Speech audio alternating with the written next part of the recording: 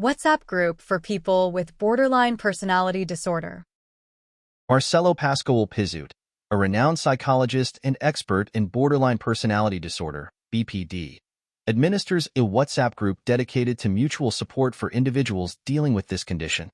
This group was created as a safe and welcoming space where members can share their experiences, challenges, and achievements related to BPD.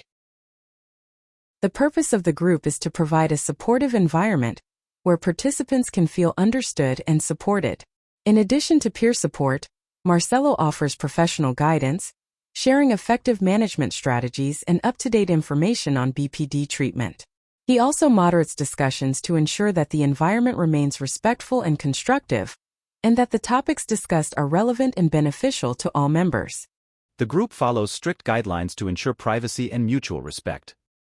Among the established rules, highlights include the prohibition of any form of advertising, the necessity of keeping conversations relevant to BPD, and a commitment to respectful and unbiased communication. Discussions on sensitive topics, such as self-harm or suicide, are handled with extreme care, always emphasizing the importance of seeking professional help when necessary. Besides daily support, the group also serves as a channel for disseminating educational resources and information about seminars, workshops, and other events that may benefit people with BPD.